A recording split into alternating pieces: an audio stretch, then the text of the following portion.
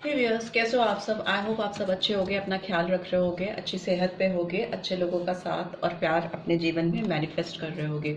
Right, सो आज की read में जानते हैं कि आपके पर्सन जिनके बारे में आप सोचकर इस रीड को देख रहे हो, जो भी हैं जिनसे आप कांटेक्ट में हो या नो कांटेक्ट सिचुएशन चल रही है आपकी, तो ये पर्सन और लोगों से आपके बारे में क्या कहते हैं। ठीक है, इनकी जब भी आपका जिक्र होता है या आपकी बात होती है, ये अपनी क्या ओपिनियन रखते हैं आपको लेकर दूसरों के सामने, यही जानने की कोशिश करेंगे आज की रीड में। सो आप इस पर्सन के बारे में सोचकर 3 बार गहरी सांसें ले सकते हो, इनको विजुलाइज कर सकते हो। ठीक है, इनका नाम ले सकते हो और कोई पिक्चर हो, फोटोग्राफ हो तो आप उसको देख सकते हो and then release your breath. ठीक है, so I just need 2 more cards.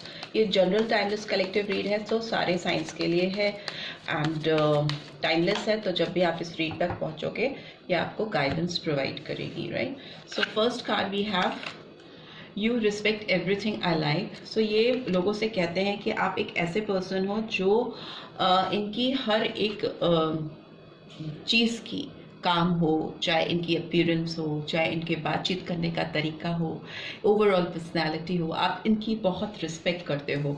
Right, सो ये बात ये दूसरों से कहते हैं, शेयर करते हैं। What else do we have, you are very cute, you are very cute and adorable.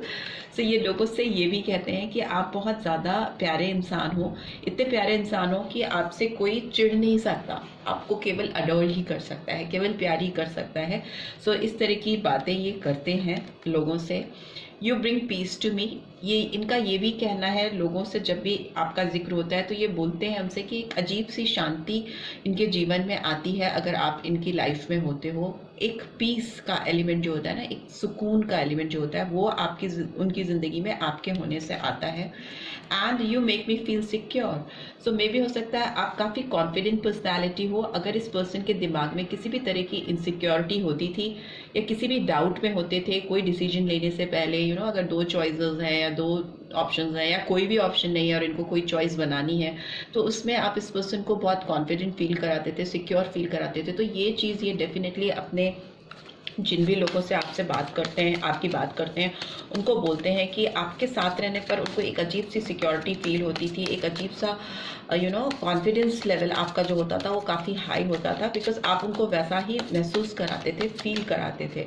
And what else do we have, you make me a positive person. So maybe हो सकता है ये person जब कभी आपको लेकर या किसी और को लेकर या सिचुएशंस को लेकर, अपने फैमिली मैटर्स में या फ्रेंड्स को लेकर, काम को लेकर, जब भी ये नेगेटिव होते थे या इनके थॉट प्रोसेस में किसी तरह की नकारात्मकता आती थी, नेगेटिविटी आती थी, तो आप इस पर्सन को उससे निकाल कर एक पॉजिटिव माइंडसेट की ओर लेकर जाने में मदद करते थे। तो ये डेफिनेटली अपने फ्रेंड्स से या अपने सराउंडिंग्स में जो लोग हैं उनसे ये बात कहते हैं कि आपने इस पर्सन के दिमाग में नेगेटिविटी को निकालकर पॉजिटिविटी को भरने में बहुत मदद की है। आपको एक नेगेटिव सोच वाले पर्सन से पॉजिटिव सोच वाला पर्सन बनाने में इनको आपने बहुत मदद की है। राइट, सो ये बोलते हैं लोगों से, इस बात का जिक्र करते हैं। And bottom of the deck is you are dedicated in our relationship. So maybe हो सकता है आपने जितनी डेडिकेशन इस रिलेशनशिप में दिखाई है वो शायद आपको नहीं दिखा पाए इस रिश्ते में। वो सिंसियरिटी, वो डेडिकेशन, वो ऑनेस्टी जितनी आपने दिखाई है इस रिश्ते में, इस पर्सन के साथ,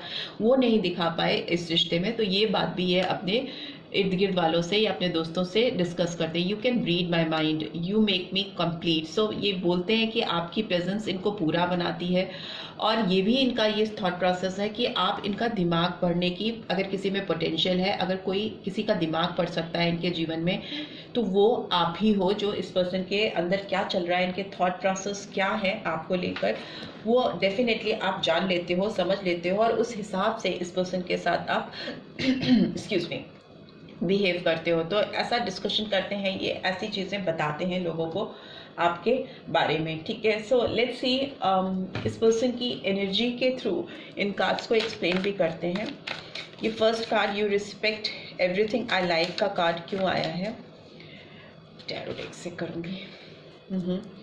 you respect everything I like का कार्ड क्यों आया, प्लीज़ डिवाइन गाइड करें। ओहो ओहो, मैजिशियन का कार्ड आया है एंड पेज ऑफ सोर्ड्स की एनर्जी भी आई है। सो सारे साइन आ जाते हैं, मैजिशियन का कार्ड आया है, बट एक नंबर इंपॉर्टेंट हो सकता है। पेज ऑफ सोर्ड्स की एनर्जी भी आई है, तो Gemini, Libra, Aquarius, so maybe हो सकता है। Bottom of the deck we have 9 of pentacles, so Taurus, Virgo, Capricorn. तो मे भी हो सकता है जितनी भी चीज़ें आज तक इस पर्सन ने आपके सामने की हैं, या जो भी चीज़ें हुई हैं आपके सामने इस पर्सन के जीवन से रिलेटेड, जो कुछ भी काम से रिलेटेड, या इनकी अपनी पर्सनल लाइफ से रिलेटेड कोई भी चीज़ें जो हुई हैं, उसमें आपने इस पर्सन को बहुत ज़्यादा एक्शन ओरिएंटेड बनने में हेल्प की है।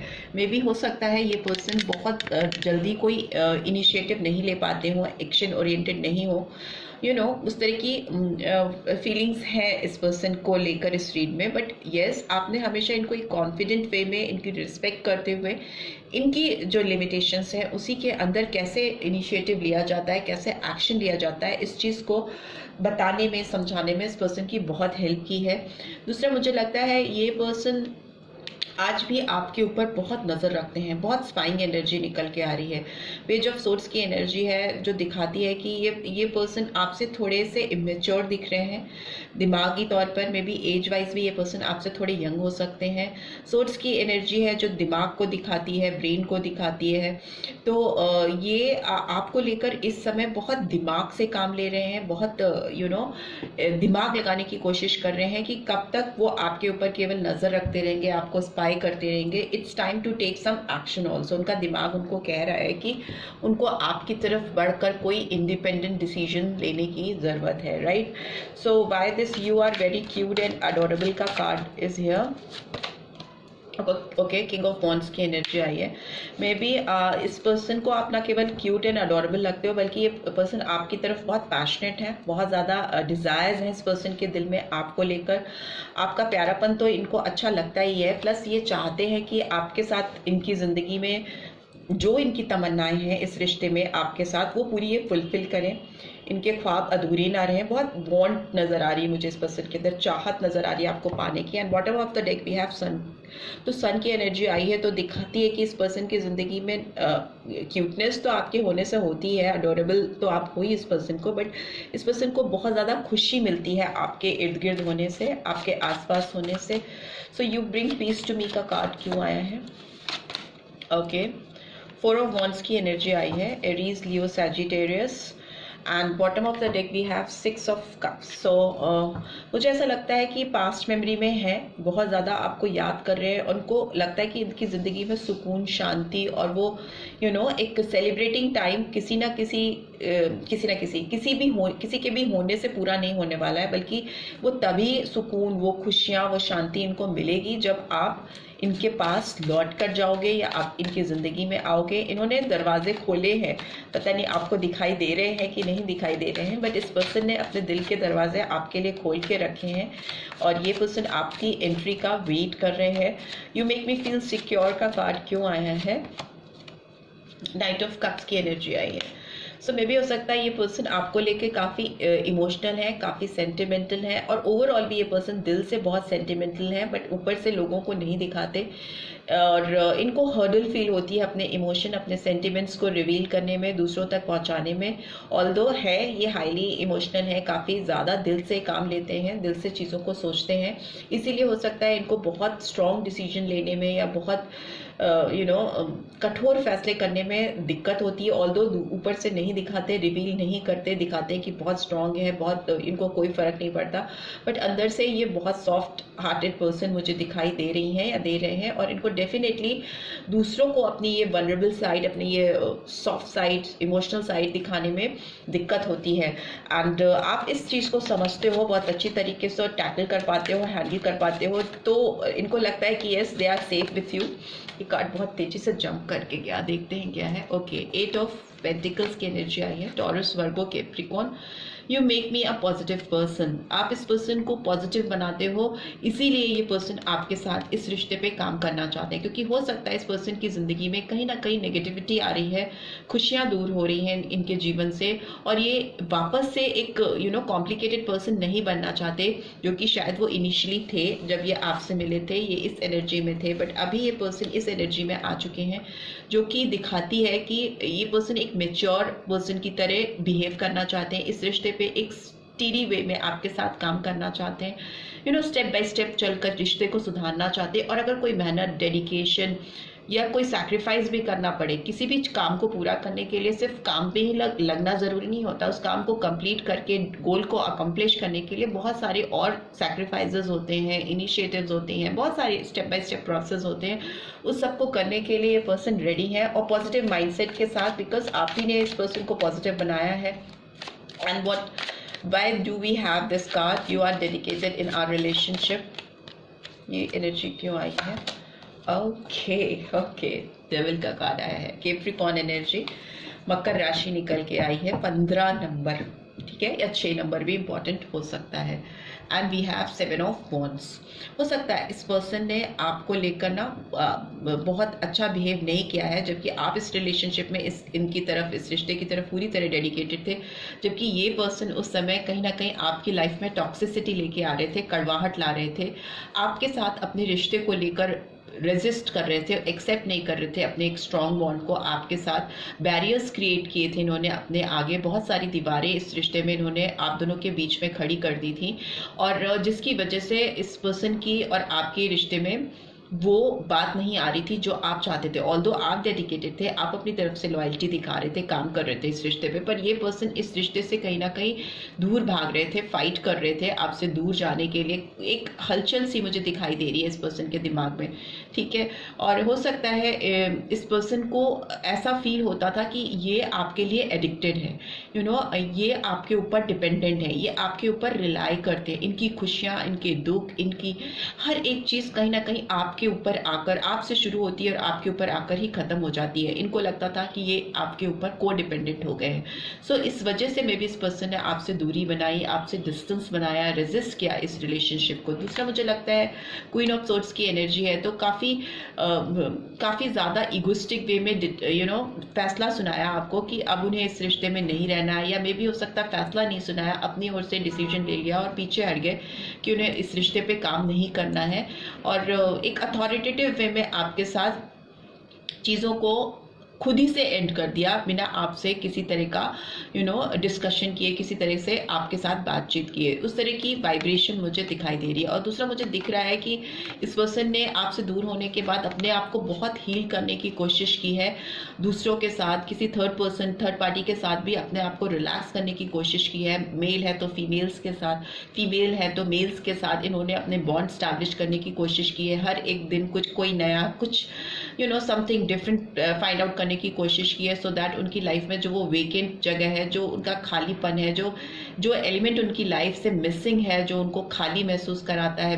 बिल्कुल लोनलेस लेके आता है उनकी ज़िंदगी में, उसको पूरा करने के लिए इस पर्सन ने इधर उधर बहुत ज़्यादा लोगों के बीच में चॉइसेस बनाने की, ढूंढने की कोशिश की है। और आपके साथ इन्होंने बहुत रूडली, बहुत खराब तरीके से बिहेव किया। दूसरा मुझे दिख रहा है कि इस पर्सन, कुछ लोगों के लिए हो सकता है कि इस पर्सन की लाइफ में कोई लेडी है जो इनके साथ, इनको मदर लाइक फिगर यहाँ दिख रहा है, कोई भी हो सकता है, XYZ कोई भी हो सकता है, बहुत सी फिगर है ये यहाँ पे, जो इनको बताती है कि तुमको ऐसे करना है, तुमको वैसे करना है, या बताता है तुम ये नहीं करोगे, तुम वो नहीं करोगी।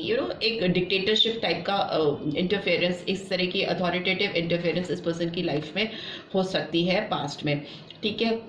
तो इसीलिए इनको लगता है कि आप जितना डेडिकेटेड थे, आप जितना लॉयल थे, आपको कोई इफ एंड बट्स नहीं थे, आपको किसी तरह का कमांड या किसी तरह की अथॉरिटी नहीं चाहिए थी इस रिलेशनशिप में, आप तो इनका बस भला ही कर रहे थे।